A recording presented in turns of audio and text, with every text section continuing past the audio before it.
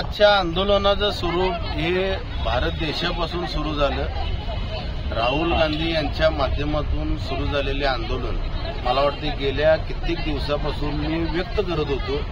EVM आणि मतदार यादीतील घोटाळा याचं स्पष्टीकरण निवडणूक आयोगाला भाजप सरकार करू देत नाही आणि जर करत असेल तर त्यावर पुन्हा गंडांतर ठेवतं.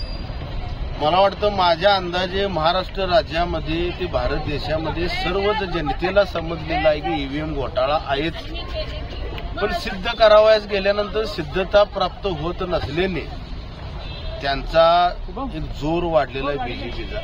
हा जोर मोडून काढण्याचं काम आज इंडिया आघाडीच्या माध्यमातून कोल्हापूर शहरातून सुरू झाला. येत्या थोड्याच दिवसात शिवसेना पक्षाच्या वतीने आम्ही ईव्हीएम मशीनची प्रतिकृती जाळण्याचा आंदोलन करणार आहोत. दहीहंडी संपल्यानंतर या उत्सवामध्ये अडथळा नको म्हणून आम्ही थोडंसं पुढे ढकललेलं आहे. हा एक मुद्दा.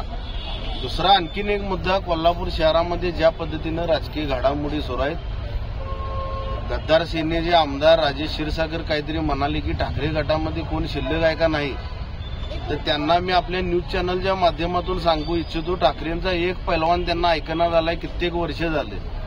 ईव्हीएमच्या माध्यमातून निवडून आलेल्या क्षीरसागरने अशा पद्धतीचं वक्तव्य करू नये.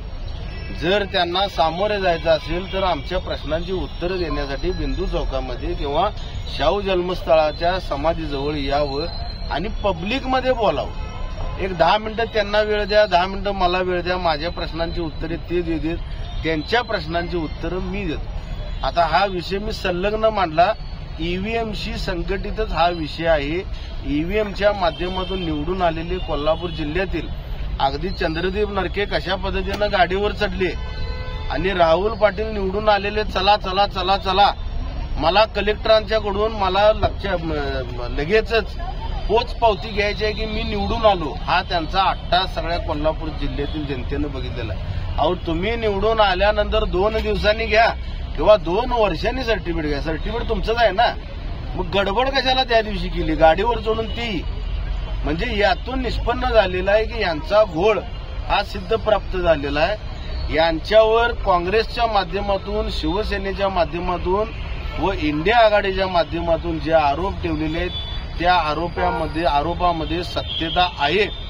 एक ना एक दिवस ह्याच भाजपची सत्ता इम्रान खान सारखी होणार आहे. ज्या पद्धतीने इम्रान खानच्या मागे पाकिस्तानमधली स्थानिक जनता लागली, अगदी तशा पद्धतीने ही हिटलरशाही संपवण्याच्या विरोधात, भाजपच्या विरोधात कोल्हापूरची जनता बीजेपीच्या टॉपमोस्ट लीडरना ह्या भारत देशातून हाकलून लावल्याशिवाय राहणार नाही.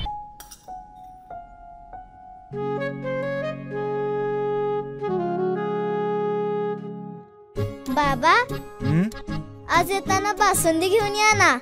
अगं, कालच आपण आईचा वाढदिवस होता म्हणून आणली होती ना.